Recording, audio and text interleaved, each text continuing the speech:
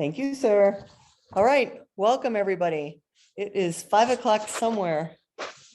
Actually, it's 5 o'clock all over New Mexico. We're really happy to have you here for the guest speaker series. Shannon, do you have your hand up for a question already? Yes, I do, actually. I would Okay. like to ask everyone who's not asking a question or speaking to please mute yourself because otherwise we get echoes from the people who are talking. So far, we haven't experienced that, but I'm just, please be cognizant of that. And if you hear an echo, check your mute to see if it's on. Thank you. Good point. I really appreciate that. All right. So what we have tonight is the candidate forum for the two wonderful, talented, professional, capable Democrats that are running for CD2, New Mexico, Dr. Darshan Patel and Gabe Vasquez. So I'm just going to run through a quick kind of overview of the run and show, and then we will start. So we're going to start out with our candidates. They're each going to have 15 minutes. And we have sent, since this is co-hosted by both the Veteran and Military Families Caucus and also by the Rural Caucus, we have forwarded them 7, 8, 9 questions from the caucuses that deal specifically with issues that are important to us. And I've asked them just to kind of weave in the answers to these questions with their remarks during the 15 minutes. And then Commissioner Shannon Reynolds is going to have some remarks. And then we're going to turn it over to our secretary, Torres Leyva, who is going to read any questions that anyone in the audience has that they are going to put into the chat. And he will read those and we'll ask the candidates to answer them. And then we'll give 2 minutes of closing remarks to each of the candidates. And then Sally Davis from Blue CD2 New Mexico is going to spend a few minutes and kind of talk about why this race is so important. It's pretty obvious to all of us, but she's been working this very hard with their organization for several months, and we'd love to hear their insight. And then our CD2 vice chair, our other CD2 vice chair, Jeff Swanson, will do some closing remarks. So I'd like to iterate what Shannon said. Please mute yourself unless you're speaking. I'll MC it. And if you've got any questions, please throw them into the chat. All right, we ready to roll, team? All right. With no further ado, I would like to welcome Dr. Darshan Patel. And we're really looking forward to hearing about your background, some answers to these questions, and why you're running for this very important seat. Doctor, over to you. Thank you, Claudia, and thank you for the Veterans Caucus and the Rural Caucus of the Democratic Party of New Mexico for inviting us here today. I'm so delighted to be here, and I'm so excited to see quite the turnout. My name is Darshan Patel, and I'm a candidate for U.S. Congress in the 2nd Congressional District of New Mexico.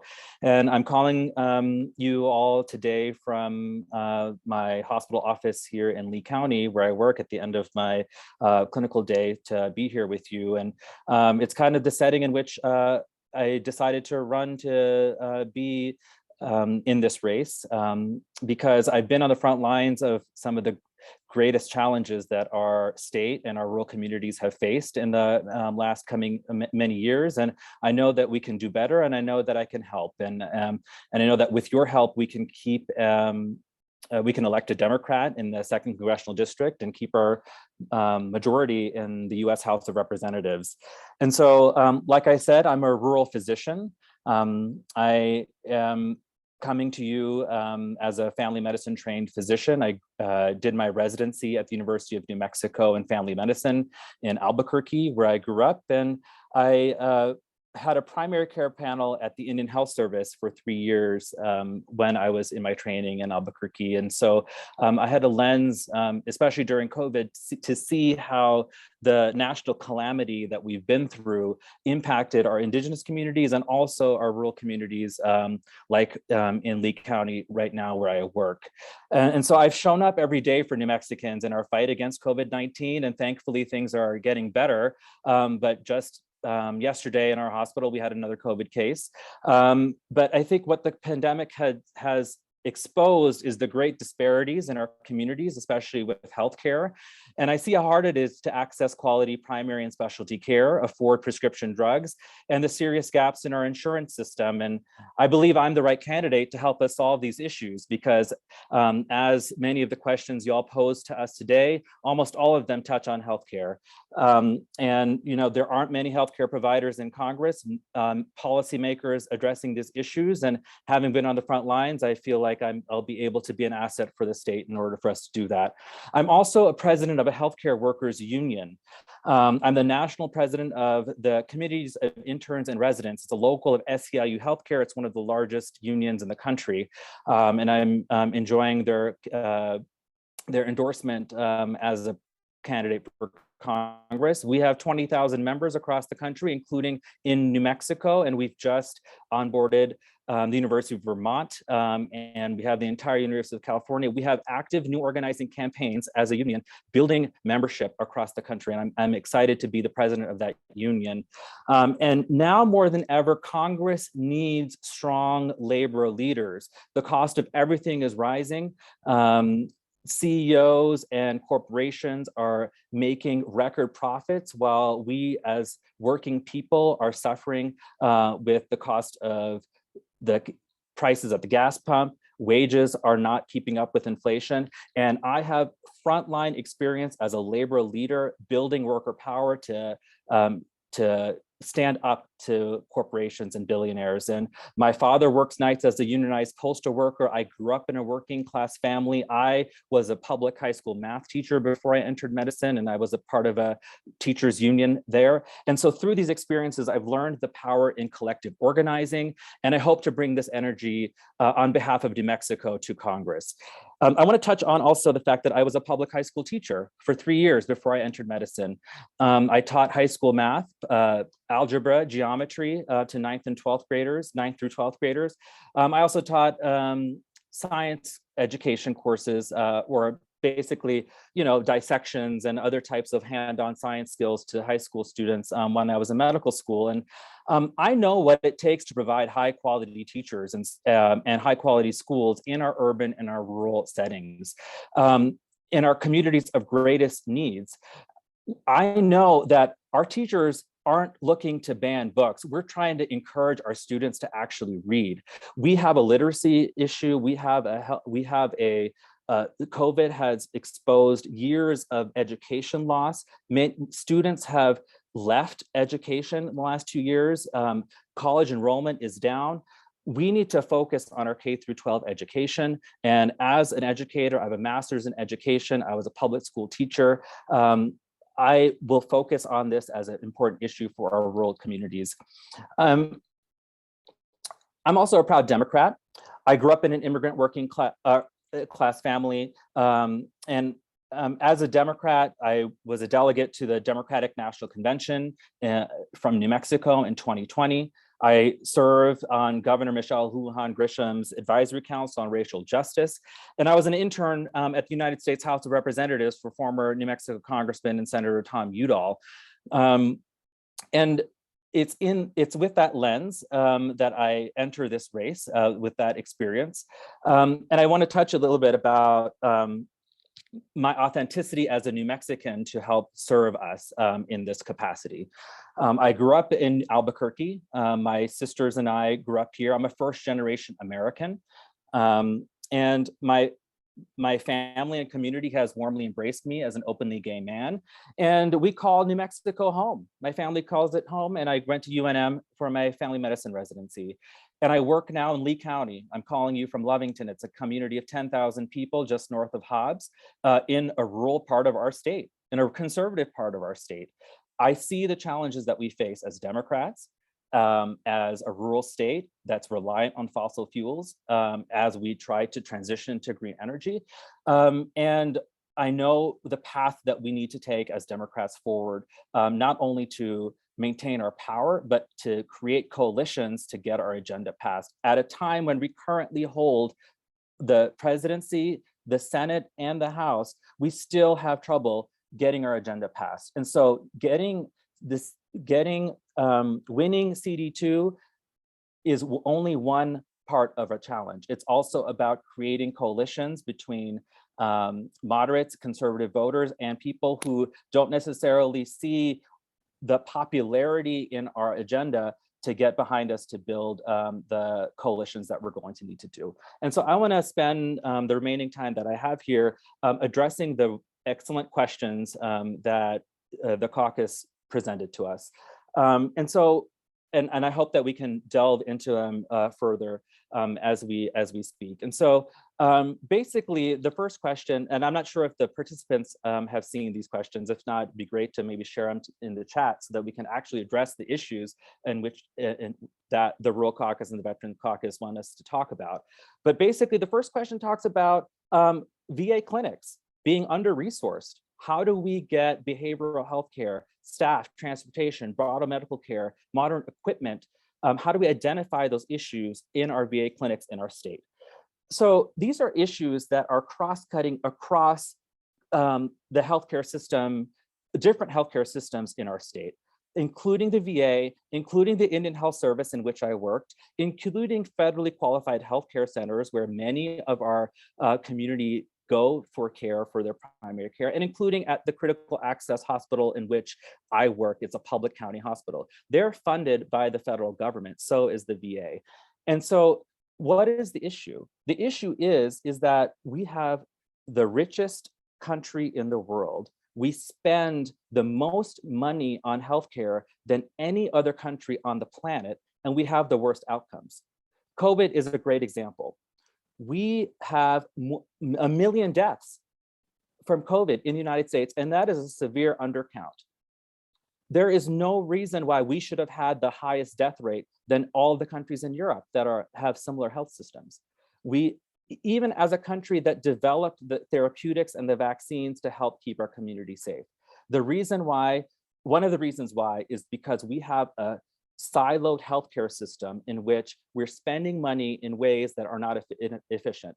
For example, at the Indian Health Service where I worked, and at the Veterans Affairs Hospital in Albuquerque, where I, at the behavioral health clinics, in the ICU, and other centers worked for months during my training, I saw how the systems didn't communicate with each other, even though the federal government was funding these systems. And so I think we need, as New Mexicans and as Democrats, to stand up for universal health care in our state and in the country. That will help solve this problem. And the other questions talked about retirement. There's a veterans retirement home in TRC, getting access to VA clinics, whether it's the rural clinics or the hospital. How do we get people to get from Alamogordo, for example, or Hobbs, or Lovington, where I work, to get access to the amazing benefits that people have as veterans, but are really only available in Albuquerque or in Big Springs.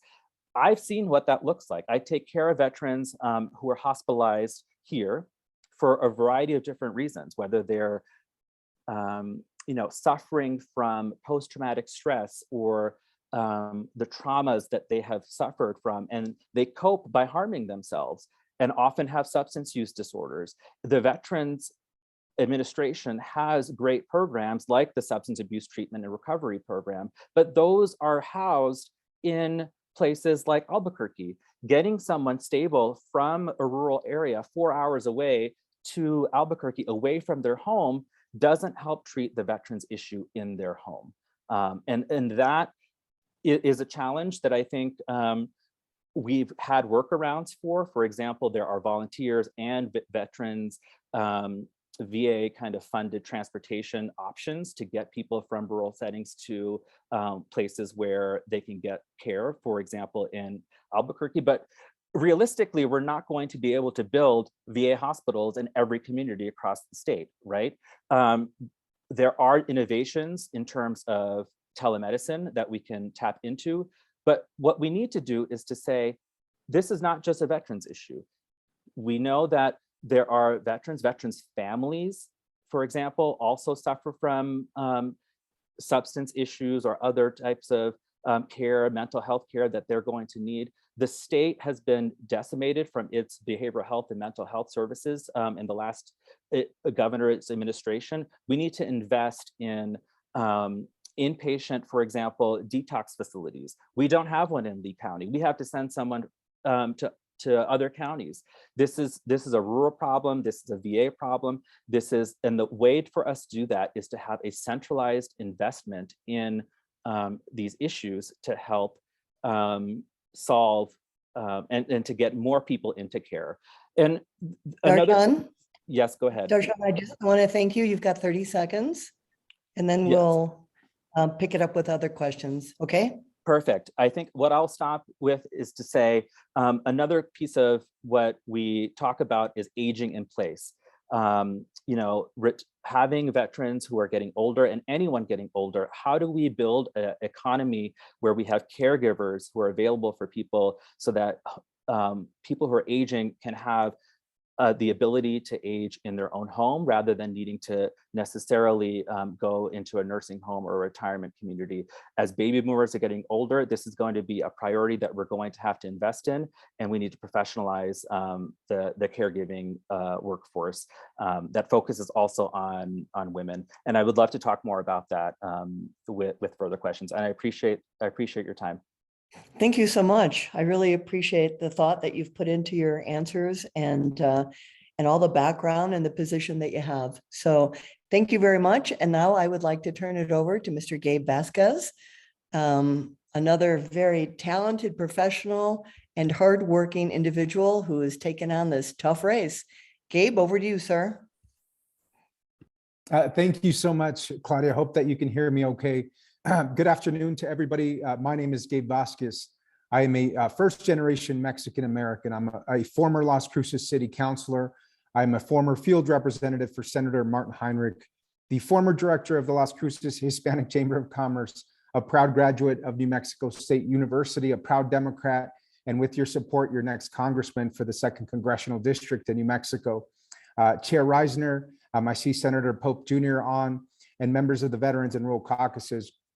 Truly a pleasure to join you all today to discuss issues that are of vital importance to New Mexico and to our district. To those folks who are joining us today who have served or are actively serving our country, thank you. Thank you so much. Veterans are a symbol of what is good and what is true in this country. Their spirit of service, their willingness to pick up arms and to serve our country remind us that our nation will always be worth fighting for.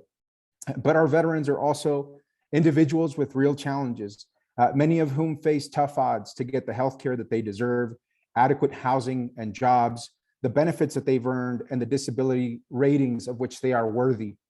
And I know this firsthand from working directly with veterans across Southern New Mexico for many years. When I help them navigate the often cumbersome and complicated VA system, I'd listen to their heartbreaking stories of being exposed to toxic burn pits, but being unable to meet the standard of proof to qualify for the benefits that they earned. I understand the impacts that PTSD, extended mental health issues, and other service-connected injuries have had on our community of veterans that are often and unfairly rejected by our current healthcare system. Now, during my time working for Senator Heinrich, I also had the opportunity to work directly with veteran service officers all across the state and learn about important reintegration services, workforce training, education, and rural transportation programs. And I learned very quickly that while we have some resources for our veterans, we must do much, much more to honor their service and their sacrifice. Now, when the El Paso VA clinic was rated as one of the worst in the nation, I met directly with the clinic director to address the long wait times and inadequate care that our veterans in Southern New Mexico often received. I was also privileged to serve as an advisory board member to the Honor Flight of Southern New Mexico, working with other veterans, Blue Star families, and members of our community who helped our World War II and Korean veterans get to Washington, D.C. for the first time to see the memorials erected in their honor and meet with their members of Congress. Now, during this time, I also represented the Senator's office on the City of Las Cruces Veterans Advisory Council and the Otero County Veterans Group. Now, when veterans in my community were in need, I have shown up. Now, I want to spend a few additional minutes addressing the questions that were posed by both members of these caucuses. The first question regarding understaffed VA clinics. Understaffed VA clinics and CBOCs, they rob our veterans of the care that they deserve.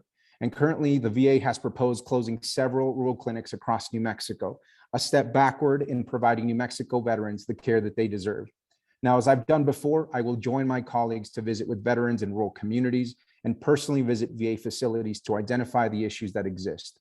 I will also support and champion existing legislation, such as the expansion of the Burn Pit Registry and the Healthcare for Burn Pit Veterans Act, the Ensuring Veterans Smooth Transition, or the EVIST Act, and fight for robust funding in annual appropriations bills and in the National Defense Authorization Act to ensure that we have adequate funding for our VA system and our in-state clinics.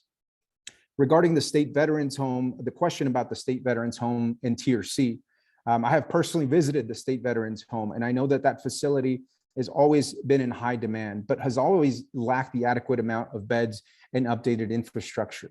I am grateful for the legislature and for Governor Lujan Grisham for securing funding to make monumental improvements to the facility, but I understand that more has to be done. If there are veterans on a waiting list, or if we identify pressing needs in other communities, I will absolutely support the funding and the support for new veterans homes across the state, work with my colleagues in Congress and in the state legislature to identify sources of funding, and in Congress, identify potential earmarks and other opportunities to deliver the federal funding for these facilities. Now, switching gears to the question about our campaign strategy to energize rural voters in New Mexico. I believe this came from the Rural Caucus. Well, how are we going to do that? It's simple. We show up and we talk to people. We earn their trust and we present them with a positive vision for their communities. Now, not just in this campaign, but throughout my career, traveling from Hobbs to Lordsburg, from Laguna Pueblo to Chaparral, and dozens of other rural communities in the last 8 months since launching our campaign, we show up. That is half the battle. And then we listen, and then we show up again. That is how we gain trust, and that is how we gain the support of rural Democrats across this district. Now, moving on to the question about expediting the enrollment of veterans in the VA Substance Abuse Treatment and Recovering Program, or STAR. Now, I agree that more must be done to ensure that the program is helping those who need it most and as quickly as possible. The state of addiction in this country is dire. It is compounded within our community of veterans when it's coupled with PTSD, with other mental health issues, the inability to reintegrate, and more. And so I look forward to learning more about this program and finding pragmatic solutions to ensure that it is serving those vulnerable veterans who need it most and who need it quickly. Regarding the question about providing more transportation for veterans in rural communities, I have faced this problem head on while working at the senator's office. And I know that veteran service organizations take on the bulk of that work. It's led by volunteers and often with aging vehicles and the rising cost of gas and other goods. Now, we've got to work more closely with our VSOs and ensure that they have the support they need to provide this transportation, which should include support from the federal government as is appropriate. And along that same line, I'd also work with our state agency and our state lawmakers to figure out more solutions to get veterans and veteran service officers out in the field, especially in our rural communities. Lastly, to address the last two questions that were posed on veterans issues, we must absolutely do more to keep veterans housed, to receive the support that they need to earn a stable income, and to receive other services as needed for them to get back on their feet.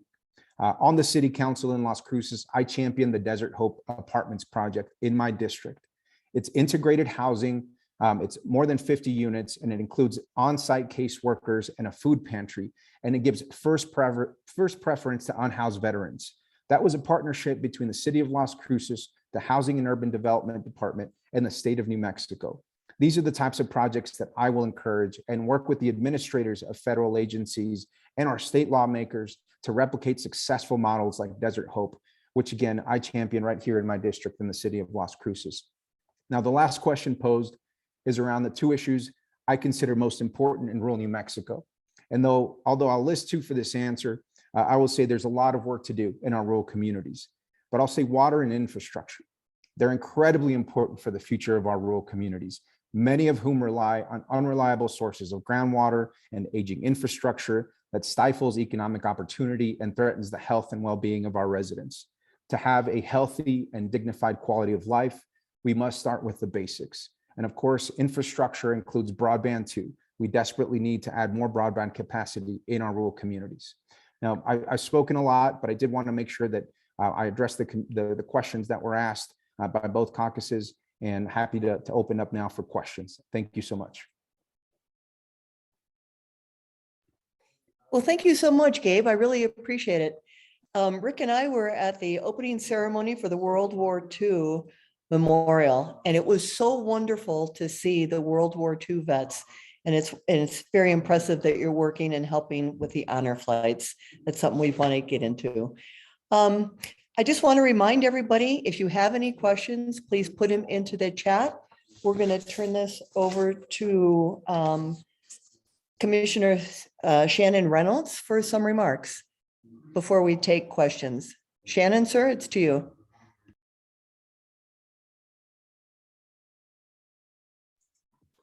Thank you, Claudia. I'd like to first thank both of our candidates, Dr. Patel and also Gabe Vasquez, for actually joining us today and taking the time to respond to the questions that we sent you. I feel like that you are both made some very good points. And I appreciate you focusing mostly on the rural needs and also on the vets as we requested. We really appreciate that. I tell you, I could sit here and listen to both of you for another hour, okay? But I'm not sure that I'm the only one that you're trying to get to. I think everyone else is. And I'd like to see, you know, maybe you take the time after this meeting to also respond to the questions in writing. So that we can actually have time to review a little bit more in detail of what you say about them. What you said is great, but if we could get some more feedback in writing, we share that with our constituents, I think that would be beneficial for everyone. So think about that. If your campaign could do that, I think that would be wonderful. Other than that, you know, I think you hit the nail on the head on a lot of these issues. I think we have a lot of rural problems. I think the veterans clinics, Gabe, I think you actually mentioned that there are several being considered for closure in the northern part of the state, and that's true. There's 4.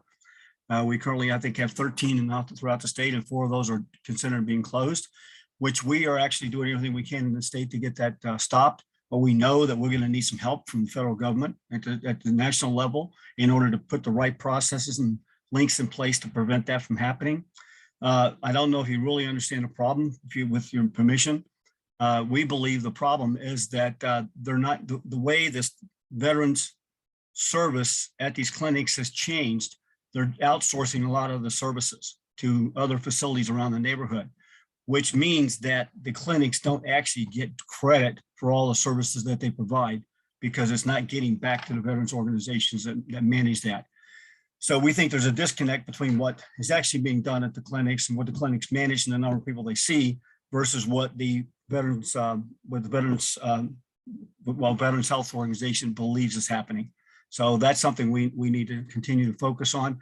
And I think it's going to make a big difference, not only in New Mexico, but I'm sure that's happening in other areas as well. But this is something that we run the risk of basically requiring approximately 40% of our veterans to drive from wherever they are in the state to Albuquerque, which could sometimes be 4 or 5 hours, just to be on the waiting list to get service and then have to drive back. When these local clinics actually, we rely on them to provide services in like less than an hour. So this is a huge problem. I appreciate you at least pointing to that and considering that. The other one about the transportation, yeah, you're right, volunteer, both of you said that, the volunteer transportation that's being used currently is unreliable, using old vehicles and probably insufficient to accomplish what we need to get them the care that they need. The burn victims, the burn pits, and also the care for PTSD and the mixing of the drug problems and COVID and everything together is a really complicated problem. You guys mentioned that. I think I appreciate that. I appreciate you focusing on that as well. And basically, I think you did a great job. And Claudia, I don't think I have anything else right now, but thank you guys both. And I look forward to hearing from you a lot more over the next couple of months. Thank you. Perfect. Thank you so much, Shannon. I really appreciate that. I would like to invite our secretary, Torres Leyba, to read the questions that are in the chat from members of the audience. Torres? Thank you, Madam Chair. The first question we have comes from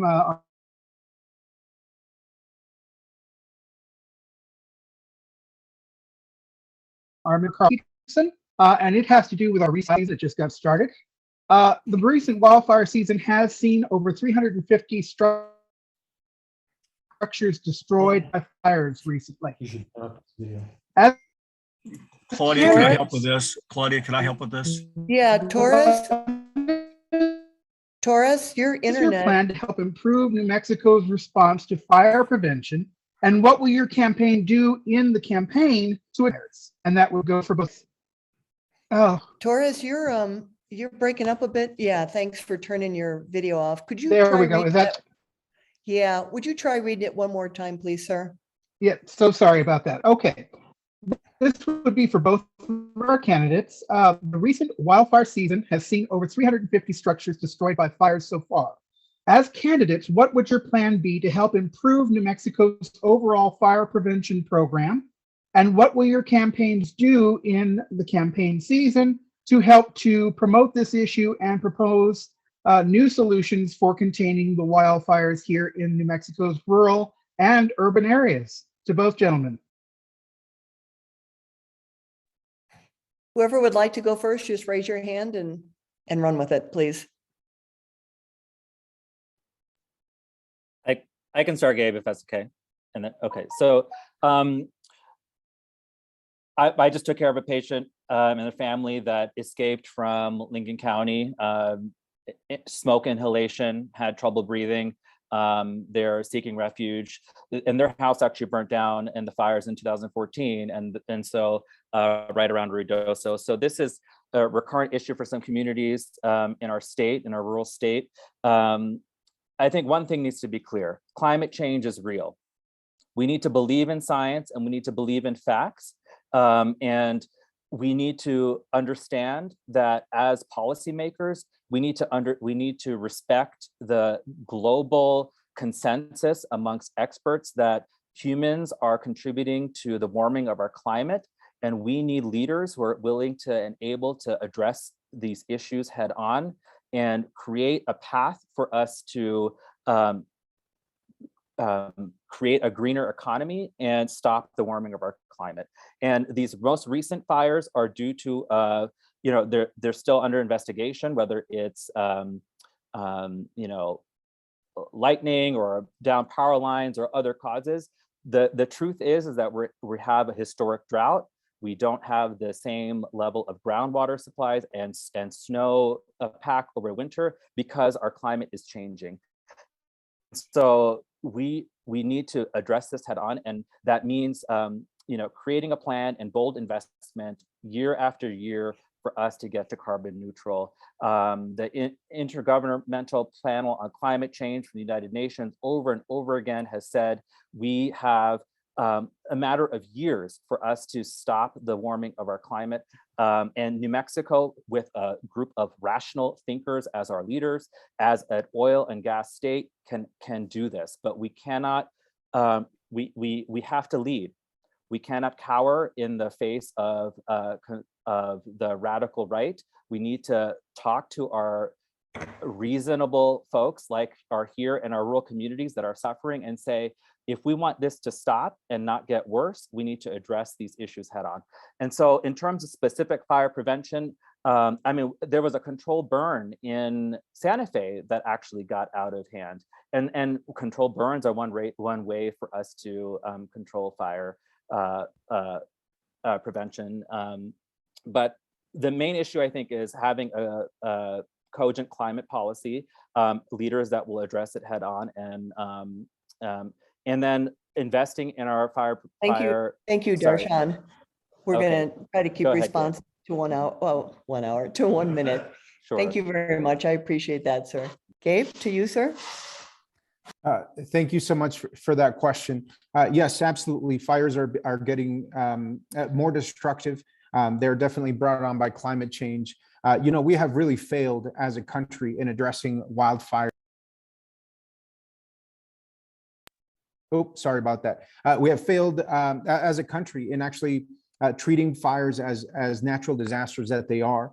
And we absolutely do have to recognize the role that climate change has to play in both drought and a hotter climate and creating the conditions that actually spark these wildfires. You know, we used to have wildfire seasons in New Mexico and across the Southwest that were predictable. That's not the case anymore. As we have seen with the McBride fire, with the fire up in the Jemez, and now several other fires that have broken out in Northwest New Mexico. One of the things we need to do is to be able to treat catastrophic fires as natural disasters. And that means that fire suppression spending needs to increase by at least 70% in this country to be able not just to mitigate the impacts of wildfire when they happen, but to actually have the restoration efforts, to have the foresting, to have folks like Mescalero be able to protect their own communities in working with USDA and the Forest Service. We also have to pay our wildland firefighters fair wages, which they are currently not being paid fair wages. But yes, it absolutely starts with addressing the impacts of climate change. But in the immediate, we need to make sure that the USDA is properly funded, that states like New Mexico are getting the resources that they need for fire suppression efforts, and that in the future that we have a more robust and comprehensive wildland fire mitigation program, and that includes forest thinning in our U.S. national forests. Thank you, Gabe. I appreciate that. And I think what I'll do when we're about 5 seconds out, I'll just raise my hand in my picture so you know how the time's going. Okay. And Taurus, you want to try question number 2, please? Yes, thank you, ma'am. This one, I'm going to take them out of order just a moment because we did get one from our rural representative, Evelyn Vinograd. She did have a question for our candidates. She says that rural communities, as we understand, are prime targets for Republican culture war issues and arguments, both for and against. How do you as candidates propose to combat these issues when they come before you as a member of Congress? Your thoughts, both gentlemen. Thank you. And why don't we start with Gabe first this time? Okay, we'll go back and forth. Gabe, it's to you, sir. Thank you, Claudia. I appreciate that question.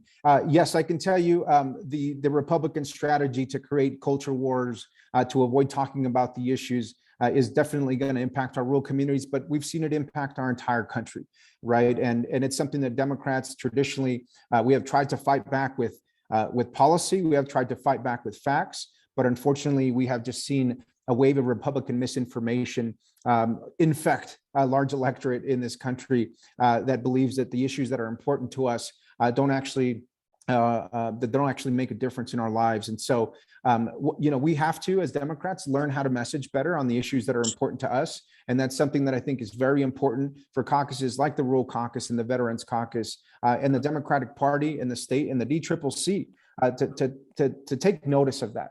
You know, we have often been blamed for ignoring rural communities. Well, we can't do that anymore. You know, we have to make sure that, again, that we show up, that we are delivering a message of hope and positivity. And the truth is that Democrats have delivered. If we talk about the record investments that we've made in infrastructure in this state that was supported by congressional Democrats, and we talk about those record investments impacting communities all across this district, we will gain the support and the favor of folks. But we have to make the case for that. We have to talk in language that people understand, and we cannot sit on our high horses and pretend like these other issues aren't important. We do have to address them, but we have to have a better messaging strategy. Thank you for that question. Yeah, thank you very much. I appreciate that. Darshan, to you, sir. Certainly, it's a great question. You know, I saw it firsthand with our communities responding to coronavirus and COVID. Our county was one of the least vaccinated, and we were seeing people dying at high numbers. And it's because we politicized, or we allowed the politicization of public health. And I saw how that impacted people, and people, you know, families were dying and having severe COVID death and morbidity in January and February when it should have been preventable. And so it's having a real impact. And I think that, but what we're able to do and what we need to do is, when interfacing at the individual level, most people are reasonable, right? But they're given bad information. And so if we, you know, continue to exist in our silos and seed basically rural communities as communities that Democrats aren't able to engage or win in, Democrats have lost each election, are losing rural counties. Every election, more and more rural counties. We we don't win, and it's because we're not present, we're not competing. And I think we need to also be able to you know s- you know counter the misinformation with the truth, and that is to say, currently, for Thank you. example, go ahead. Thank you, Darshan. I appreciate that. All right, and Torres, do we have a third question from the chat, please? Yes, ma'am. For our candidates, this is from Athena C, one of our members, and she asks, our government has changed its focus, it seems, over the last few years, from one that focuses on people to more like corporations.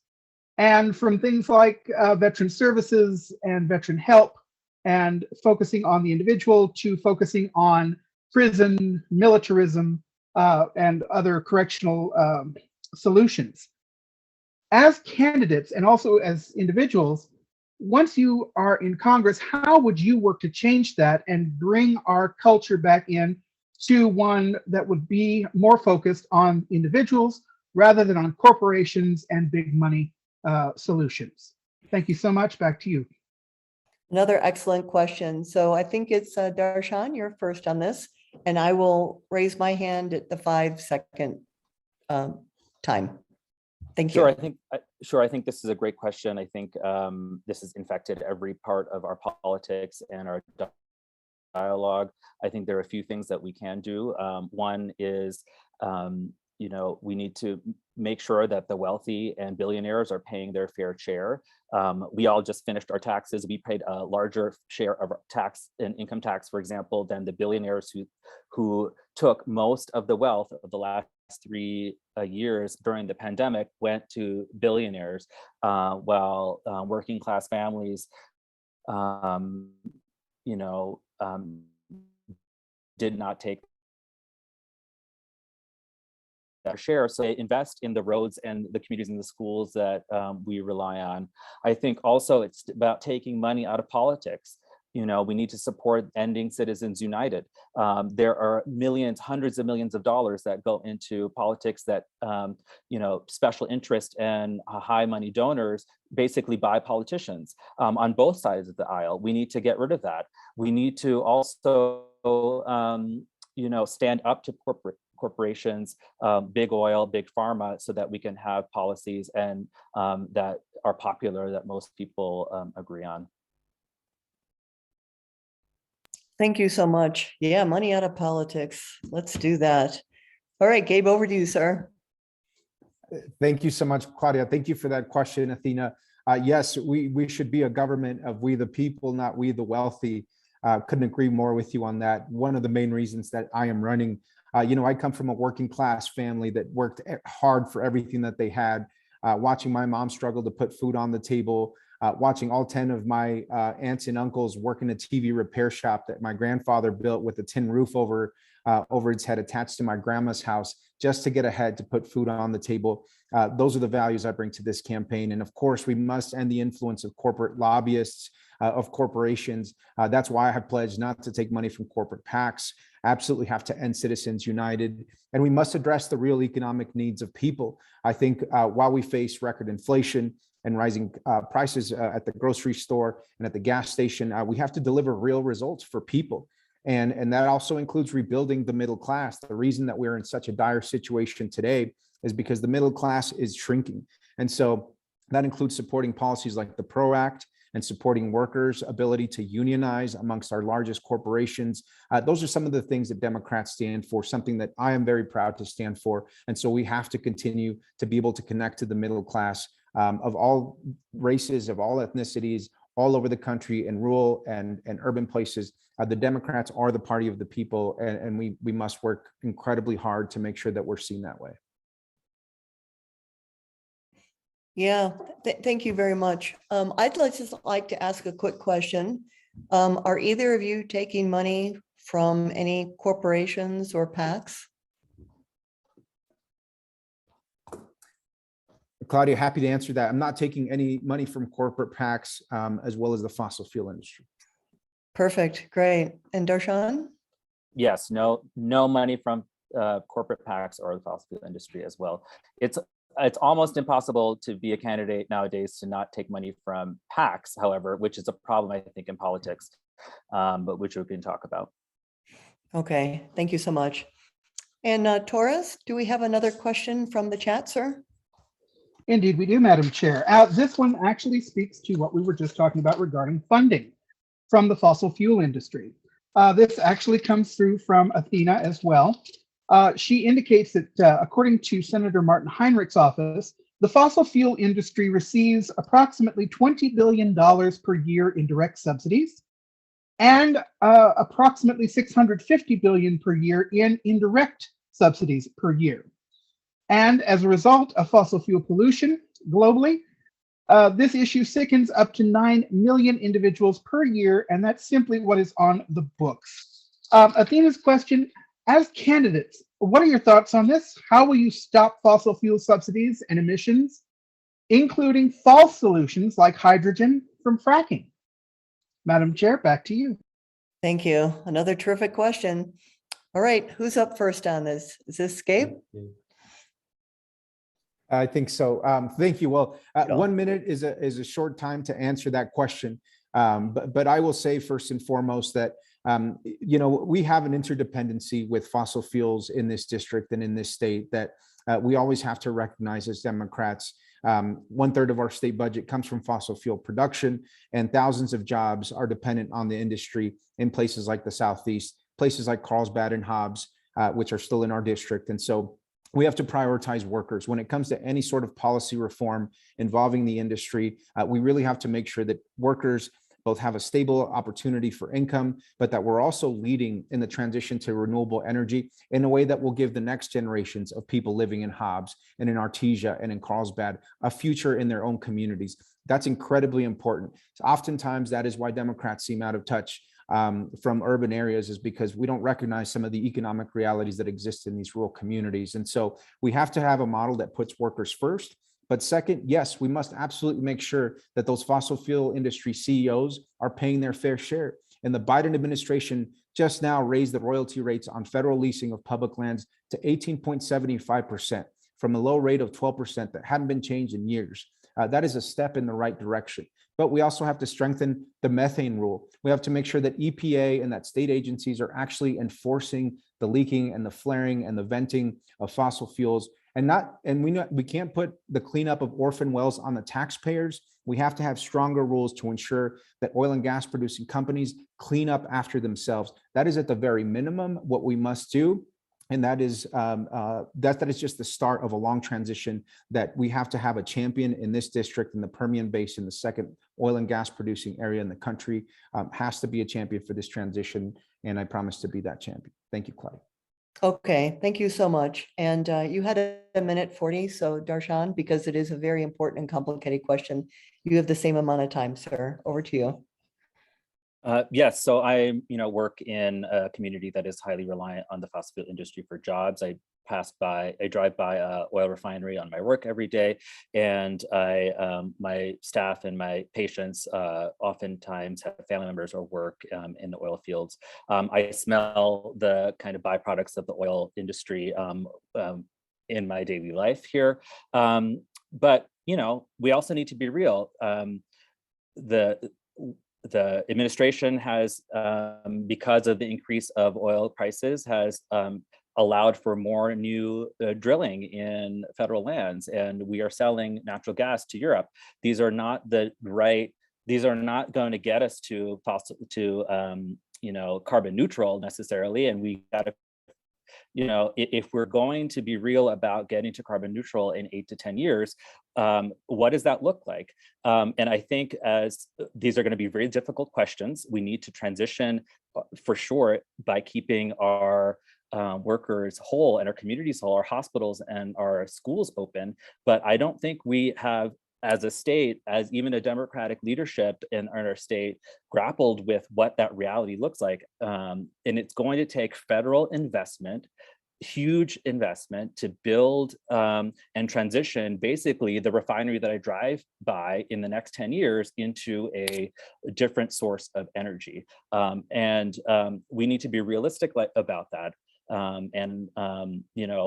I will be a clear-eyed leader, understanding how that impacts our community, the one that I currently work in. Terrific. Okay, thank you. And Torres, the next question, please, sir. Yes, thank you. Both gentlemen,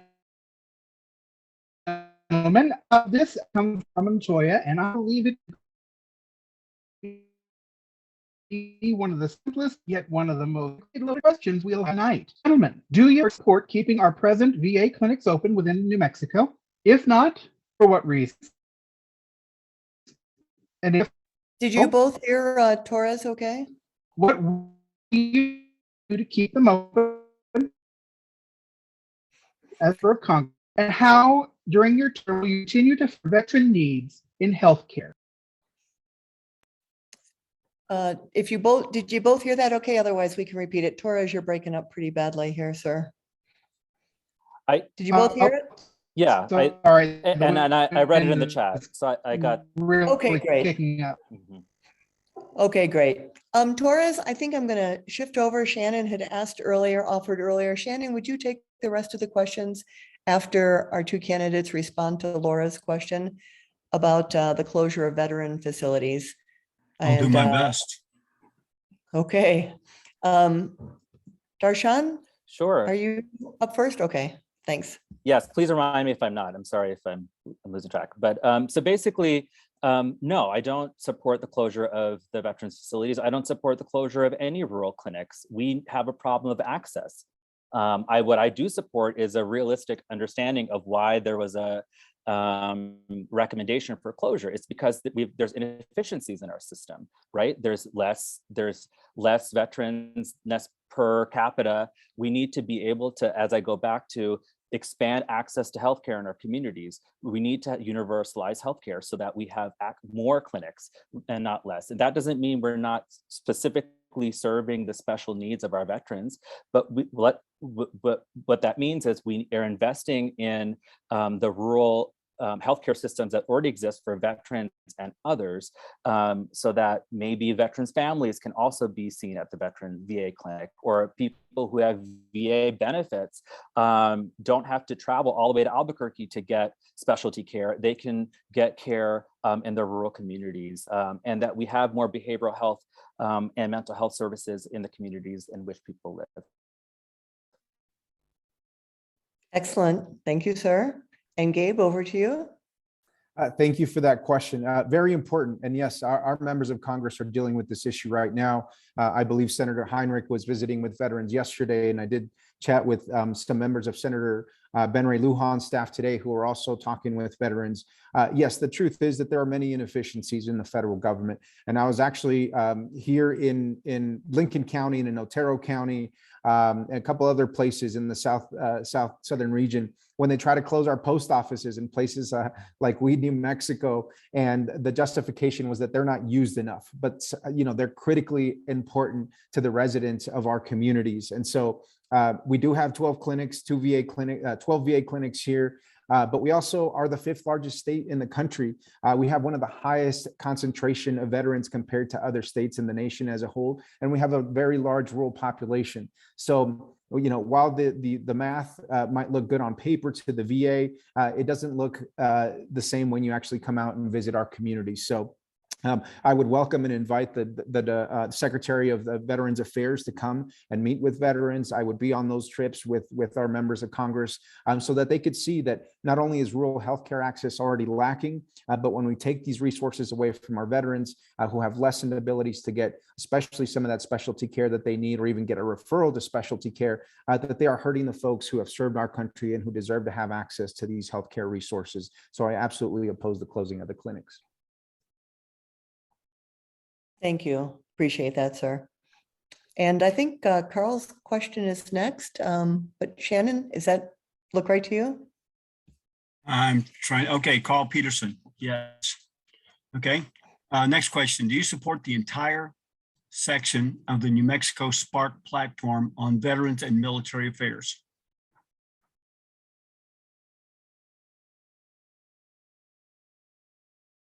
Okay, And Gabe, I over think to Gabe, you you. go first. Was that the Spark platform? Is that an acronym? Yeah, State Platform and Resolution Committee. It's the platform for the Democratic Party of New Mexico. And I understand if you're not familiar with it, so. the Yes, question's to you. absolutely. I unfortunately, I'm not familiar with that, but I'm happy to give you the answer to that question via email. If it impacts or if there's any federal jurisdiction within supporting that or within being able to make a difference within that platform, I will absolutely take a look at it and make sure I give you an answer. Thank you. Mr. Darshan, Thank do you have you. an answer for that? Are you aware of it? I'm aware of the Spark platform. I've not read the Veterans and Military Affairs section, and so if there's a follow-up question about a specific issue, I'm happy to answer it now. Otherwise, we'll have to read it and get back to you. Okay, I think it's fair that you can both look, do something, look that up, become familiar with it, and respond to that to see if you can to support that in writing along with your other questions we talked about. Okay. And I think what we're going to do here is we will copy down the questions from the chat because they're really good. And we will include them with the 9 that we sent out and give you your time. And when you would like to, you can send them back, but I'll do that via email so that people who weren't able to join us tonight can also see your positions. And I think Donna's question is next. Does that look right? Shannon? Sorry. You're It on looks mute. good. It looks good, but I have to unmute. Okay, Donna's question. What do you think of the Department of Energy and Holtec Corporation plan to expand WIPP site to ship the worst nuclear waste across our nation and store it in New Mexico? This final decision is coming up very soon, probably during your first term. So I think it's Darshan this time. I disagree with that plan. I don't think there is a term plan of safe storage of this nuclear waste, and I think New Mexico in that disagreement. I think, however, we need to figure out a national strategy of where we're and what we're going to do with nuclear waste. New Mexico likely has the largest nuclear stockpile in the United States in our state, and we also are the forefront and have been on nuclear energy research. And so I think I'm concerned about outsourcing this to a private company that doesn't have a the same checks and balances as if it were up to the public. And I think we need a better strategy of how we're going to deal with nuclear waste in general, because if it's not in our backyard, it's in somebody's backyard. And even if it's what we see with, for example, happening in Ukraine with Chernobyl being taken over by Russia, that is halfway across the world, but it still impacts us on this side of the world because of the radioactive nature of nuclear waste. And so we need to, wherever we store it, New Mexicans need to be aware of it being safe because it impacts the entire world. Thank you so much, Darshan. Appreciate that. And over to you, Gabe, sir. Thank you for that question. Yes. So as a member of the City Council in Las Cruces, I did vote for a resolution opposing the Holtec nuclear storage facility a couple of years ago, and I'm on the record for doing that. And I've since had a lot of conversations with John Heaton and other folks in the Eddy and Lee County area who are strong proponents of this because of the economic development opportunity that it might bring to the Southeast. However, I do share some very strong concerns with a lot of other folks about the viability of above ground nuclear storage facilities. And simply, I don't think that New Mexico needs to be the dumping ground and the waste facility for nuclear storage.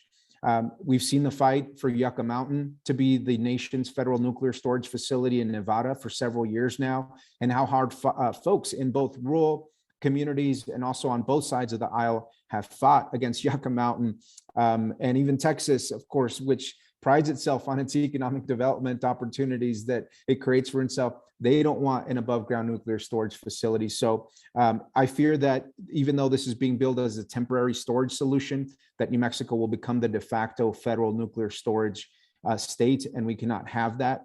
I think there's better ways for us to create jobs in Eddy and Lee County. Thank you. I completely agree. And, I just want to chime in here for a second. That waste isolation pilot plant pilot plant. We've been around for years and there's no permanent plan. And I saw a letter that the governor came out strongly against this as well, because they're trying to put a higher grade of nuclear waste into WIP. And she said, you know what, find another state. So I'm glad she's finally on the record for this. This is ridiculous. Okay, Shannon, I think. Matt. Okay, and maybe you can paraphrase that a little, but over to you, sir. Okay, thank you. The United States, I'll just go quickly through it.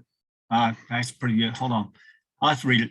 U.S. Air Force recently announced they will be providing additional medical and mental health support for family members that are in states where an anti-LGBTQ legislation and other discriminatory laws have been passed. They are also going to be working with these families to get them moved to a different installation where they are not persecuted. This will have a large impact on mission and installations where this happens, which will surely be taken into account in the next base realignment and closure commissions. What will each of you do to help ensure that these types of laws, policies, ordinances, etc., are not put into place at any level of the government here in CD2? I think it's Gabe this time. Thank you for that question. Thank you, Commissioner. I'm just trying to get a sense of the entire question here to make sure I answer it accurately for you. You know, I think obviously that there's a lot that the federal government can do to make sure that anti-discriminatory policies are completely eradicated within all of our armed services across the country. I think it's tough when it gets to individual states that might have other discriminatory laws on their books and how they treat folks. I think anybody who serves in our armed services deserves the dignity to be able to have access to all the support that they need, including in their home bases or bases in which they are training. And so I'd love to learn more about how this issue would impact our active military members and to better understand what the role of the federal government is to make sure that nobody that's serving our country is discriminated against, even if it's because of a state law, and perhaps we can do something to supersede that at the federal side. Thank you, Commissioner. Yeah, Gabe, I actually think you addressed most of the question with your answer, but just to be clear for both of you, it's really about states are actually not allowing certain members to get services that they need. One of the examples just recently was I'll just give you the Florida gay rights bill. Okay, gay rights law. Okay, this is kind of leaning toward that where you can't say gay in school. So there's some discrimination directly addressed to people who are serving in the military who could be impacted by this. So the Air Force is committed to moving people to other states, even for abortions. They actually have said they're going to help them to get medical help outside of the state that they're in if it's limited to them. So they don't want their citizens impacted by these laws that discriminate against other people. And so what this question basically is getting to is, will you ensure that that doesn't happen in the state where we end up passing laws that will discriminate against people that are serving in the military? Is that pretty much accurate? Think so? Okay. So I think you got it. I think you answered it correctly, but that's just to make sure everybody understands what the question was. With that context, Commissioner, if I just might add that that gives us a better opportunity to attract critical missions to places like White Sands Missile Range and Holloman Air Force Base and Cannon Air Force Base in Kirtland. So if other states are doing that, we will take full advantage and bring those folks to New Mexico. And that's part of the reason. Reward that behavior. That's part of the reason I'm going to be at the Pentagon in May, trying to bring some more missions here. Just for I'm going to use this as an example. So yeah, I agree. Perfect. And this is our last question, but we're over to Darshan for your answer, sir. Yes, I agree. I think we will do whatever we can to make sure that these policies don't happen here in CD2. I think what we're seeing is the prelude to what the Republicans are going to try. They're testing it in the state level to what their federal agenda is going to be. And as a out LGBT person of color and as a primary care provider who provides a gender affirming care for transgender people I recognize the healthcare impact that these policies are having because they go against what the healthcare professionals ask for, and it's for comprehensive reproductive care, especially when we're talking about, starting your family, or when we talk about sexual assault in the armed forces. If someone is impregnated against their will, they won't be able to get that care in some states. Their kids going to school where books are banned in some states. I think this is impacting veterans. It's impacting, so the federal government has the opportunity of investing in places where those limitations don't exist. And I have personal experience on all these issues, and I think we as Democrats need to stand up against what we're seeing as the culture war that is going to be probably what the Republican agenda is going to be if they were to gain office or gain power. Fantastic. Okay. Well, thanks both of you. We were sending our questions out in advance. We had a little bit of time to think about them, and your answers were superb, as they were for the pop-up quiz we just threw your way. So I'm very impressed. And like I said, what we'd like to do is I will send the 9 questions and anything from the chat to both of you. And if you would like, we would be happy to put those responses on our website so everybody can go through them. And now I would like to, Shannon, do you have a question, sir? Just a comment. The internet infrastructure is relevant. The problem with that is relevant in this meeting because we had the questions. Tories we weren't allowed to ask the questions. Okay, so you can see that this is pervasive all over the whole state, and this is something the federal government and the state government really have to get behind. And I apologize for bringing it, but we're dealing with this everywhere, and this is probably going to make a difference in this state for everyone going forward to give us the ability to compete in a world environment. So this is a high priority, in my opinion, along with everything else we've talked about. So sorry to interrupt, but thank you. No problem. All right. So when we started out, Darshan went first with his remarks. So we've got 2 minutes for closing remarks for each of you. And I'd like to invite Gabe to go first, sir. It's over to you. Thank you so much, Chair Reisner. I really appreciate it. Well, I'll just have to say again that the tradition of service runs deep in New Mexico, especially in times of hardship, like in World War II. New Mexico had both the highest volunteer rate and the highest casualty rate of all 48 states in the country. We are proud to serve. We fight bravely, from the Navajo Code Talkers to the 200th Coast Artillery. Our legacy of service precedes us here, and I could not be more proud to have the opportunity to represent our community of veterans in New Mexico. But as members of Congress, our respect for veterans and military service has to go beyond admiration. It has to translate to action. And as elected officials, we are charged with the duty of overseeing departments like the VA and working together across party lines to pass meaningful legislation that improves the lives of veterans.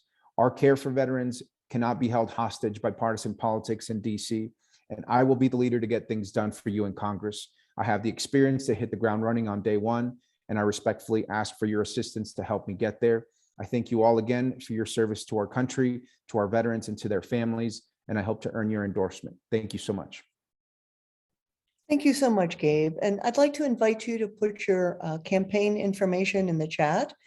So if anybody hasn't been to your very informative and interesting website, they can. And they also can find the Donate Now button. Okay, thank you so much. And I'd like to turn it over now to Dr. Darshan Patel. Same thing, 2 minutes for closing remarks, sir. Thank you, Claudia, and thank you for the Veterans Caucus and Rural Caucus of the Democratic Party for having us on today.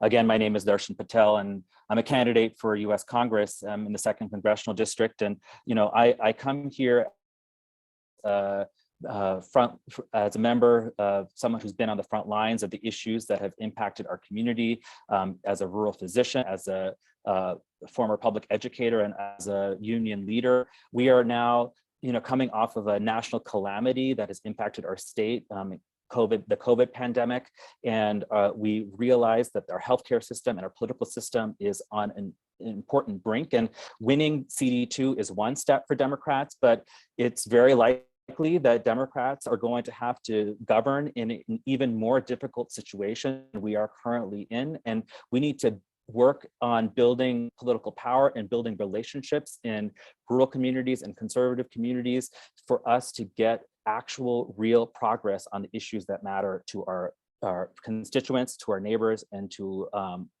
Democrats. And as a physician scientist working in the most conservative voting areas of our state and our country, I've been able to interact regularly in a respectful and compassionate way with conservative and moderate people who are unfortunately fed misinformation, mistruths, but we are able to, on a daily basis, work together to improve lives and livelihoods when we come together and drown out the noise. And it's going to take that type of coalition building and individual work in order to do that. And that's the type of work it's going to take for a policymaker in Congress in order for us to get actual things done. And that is what I hope to bring. It's the kind of expertise from the front lines and the willingness and the patience and the temperament to work with people who might have different points of view. And in that, I appreciate your time and I thank you for having me. I look forward to staying in touch. Great, thank you so much. So everybody, please stay on board. One thing that I've heard from both of our candidates is messaging and all the misinformation and frankly BS that is out there. So we have, frankly, hands down, one of the best experts in the state, Sally Davis. She's the chair of the messaging department committee with Blue CD2 New Mexico, and they've been working so hard. I should stop. Sally, tell us your story and how we can help get these candidates or whoever wins the primary to beat Congresswoman Harrell. Sally, it's over to you. Sure. I didn't plan on telling my story, but I will say that since I chaired this committee with Blue CD2, I've done nothing but study messaging, Democratic messaging around the country. And there really are messages that work, that energize the base, and that persuade the middle. And we want to learn them. And Blue CD2 is committed to getting that, making every Democrat in the state a successful and effective messenger for Democratic values, so that you can walk up to your neighbor, your grocery store clerk, anyone, and begin a conversation. So that's really our goal with Blue CD2NM. But about the district, I'll say, at a recent event that we held with a national political analyst, Rachel Bitecofer, she said there are almost no paths to 217 or a majority in the House that don't lie through New Mexico's 2nd Congressional District. We have to recapture it. We should never have lost it. And if you have read Republican Senator Rick Scott's 11-point plan to rescue America, you've seen what a radical agenda Republicans plan to impose on all of us if they take the majority. They would raise taxes on over 40% of New Mexicans, saying they need skin in the game, these people. They plan to sunset every federal program within 5 years. We're talking Social Security, Medicare, Medicaid, Obamacare, and only bring back the programs they say that are working. We've seen what happens in Florida and in Texas, where Republicans feel they've gerrymandered their way to a permanent majority. They're taking on the characteristics and tactics of authoritarians around the world: voter suppression, criminalizing abortion, banning books and ideas in classrooms, rejection of science and the rule of law, white nationalism, and contempt for LGBTQ people. So that radicalization of the Republican Party runs right through Yvette Harrell, our representative, who's identified herself as a member of the Putin wing of the Republican Party with her recent vote of no for a resolution of support for NATO.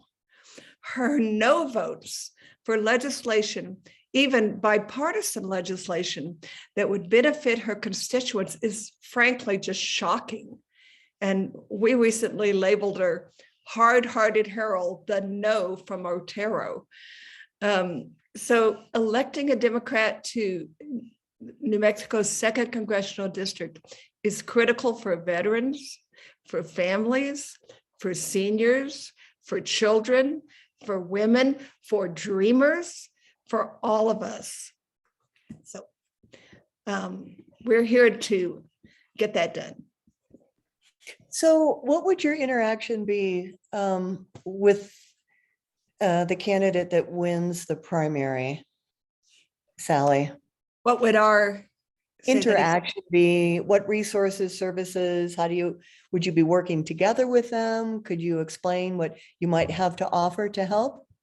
Well, yes, we would not be able to coordinate anything, but we would be doing our own canvassing and our own messaging, and certainly supporting whoever is the candidate in every way we can, and getting his name out to voters. Okay. Yeah, one of the things we'd really like to do is, like I say, help everybody learn how to talk to people and begin a conversation with where you With people you don't necessarily agree with, right? yes, You want to be able to have that conversation, find some common ground Mhm. and try to expand. And there's lots of common ground. Everyone wants their families to grow up healthy. Everyone wants fairness. Everyone wants a future that they feel where they can feel secure. There's so much common ground, and we just need to know how to start those conversations.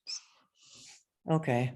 Well, thank you so much. And you have also had some wonderful training that you have provided to ward and precinct chairs and other organizations. So my hat's off to you and Rochelle and the whole group.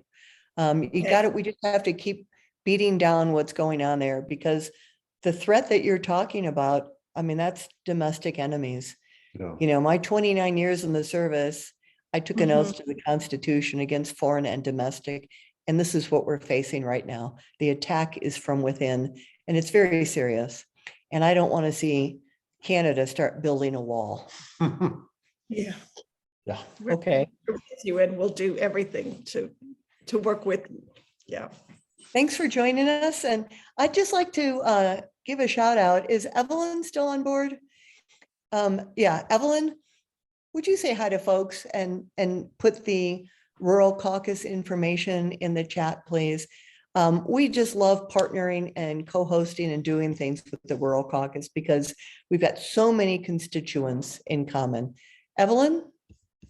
Hi, thank you for giving me the floor, Chairman, Chairwoman, whatever, Chairperson. I am the new chairperson for the Rural Caucus, and I see Taurus Leba here, who is also on our executive committee. I am so thrilled to work with Claudia, learn from Claudia, and happy to see the participants in this group.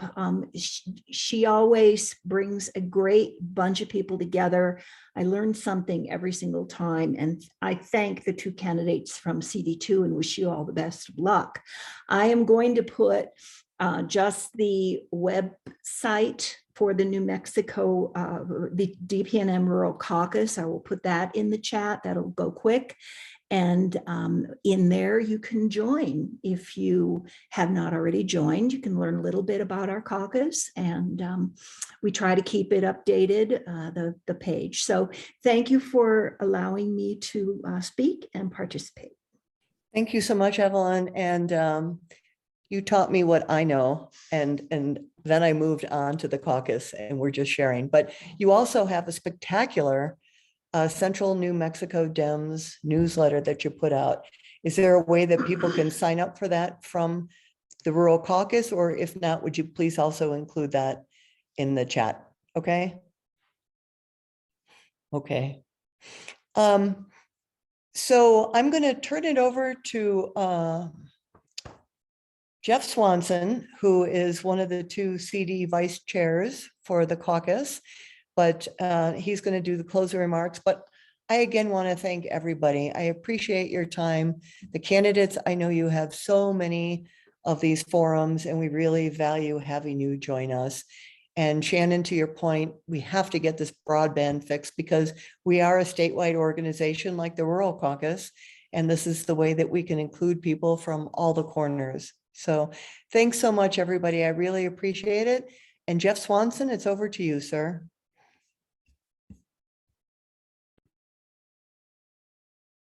We'll see how his internet's doing. Yeah, thank you for everybody for attending. Thank you to our Veterans and Family Member Caucus leaders for hosting this event, and maybe we can have more. And a special, from our hearts and minds, thank you to our two candidates, not only for being here tonight, but being out and about, coming to our county meetings by Zoom, coming to our county meetings in person. And so that really makes a huge difference in reaching out to us. But by concluding remarks, I want to go way back into our history. And I think John Jay, who was one of our founders, would be really proud of our two candidates and us. As I read and study him, now he was our first Supreme Court justice, very important position. He was the governor in New York, and eventually, with the help of his wife, Sally, ended slavery there. And during the Revolutionary War, he was the ambassador to Spain, and we were having some problems with Spain. They entered the war on the side of France, but really didn't become our allies so much. They became France's allies, and France made some deals with them. So he had complicated negotiations at a very complex government level of the highest order. And we didn't even have a national government other than the Articles of Confederation at the time. So, I mean, you guys are wandering into some really, really, really tough international problems, as you're running for Congress, and thank you for doing that. But he would be very proud of you. He was also a guy that handled a lot of intelligence information. And then he also, was the fellow who, after the war, worked with England and our fledgling new nation to work out a treaty, because about 10,000 British soldiers remained in our nation after the Revolutionary War concluded. So he had some big, tough challenges. And you're not the first ones to face the tough challenges, but I think you've got kind of his character and mindset where, you're up to courage and taking things on. So, hats off to our two candidates. As I read Jay, I think what he wanted was three things. He wanted a safe nation in the world. He wanted Americans to be safe from foreign intervention and foreign attacks. He wanted a prosperous nation where the 13 states could work together and everybody benefit. And then he also wanted a nation where we would have a maximum opportunity to express our freedoms. And started off with 140 slaves that he inherited, through his wife's father. But eventually, they were all freed. But he wanted a free nation for everybody. And he said that the way to get this is to have educated and virtuous people in office running our country. Well, that's what we've got tonight. Two fellows who are of the highest moral virtues and really, really smart. I don't want to go on and on about the Republicans, but I listen to them and I just hear stupidity and goofiness and anti-science. And I don't know what they're thinking, but it's just awful. But tonight, I mean, I just am glowing with, the intelligence of Gabe and Dr. Dashan Patel there, but and they said that the best way to get educated and virtuous people in office is to have citizens who are also educated and virtuous electing them. And, again, thank you for coming out to our Democratic counting meetings by Zoom and in person and in your writings and doing things like this, because we learn and we become citizens who can, elect our best voters. It's going to be a tough primary. I wasn't going to say this, but psychologists have a term, they call it cognitive dissonance. When you have two choices like chocolate ice cream and strawberry ice cream, and you love them both, but you can only have one.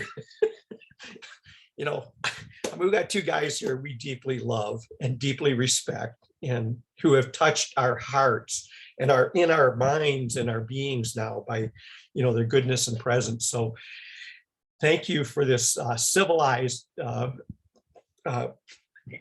primary here that you're running. And I would also just add this too.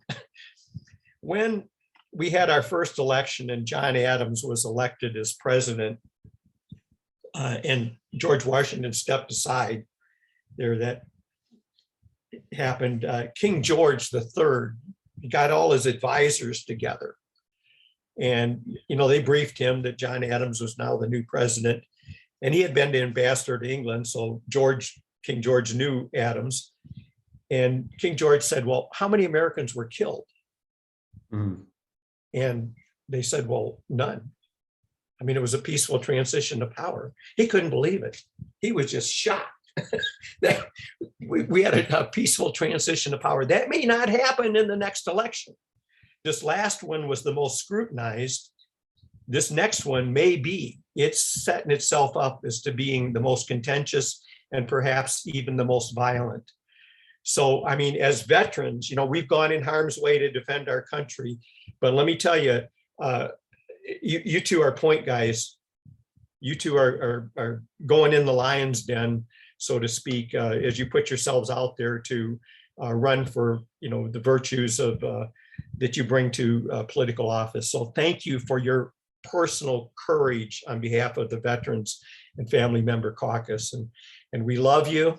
Please continue, just hammer away at us, talk with us, listen to us, dialogue with us, because that's how we get democracy. So thank you all. Thank you to everybody. And thank you so much, Chaplain Jeff. Yep. I always love your history lessons and the big heart and the big picture that you bring to it. So folks, we're ending on time. I appreciate you trying to jam in important answers to a short amount of time, but it really matters. We want to respect everyone's time. So enjoy your dinner, enjoy your evening, and please feel free to join us every month when we have our guest speakers. We would love to see you. Okay? Good night, folks.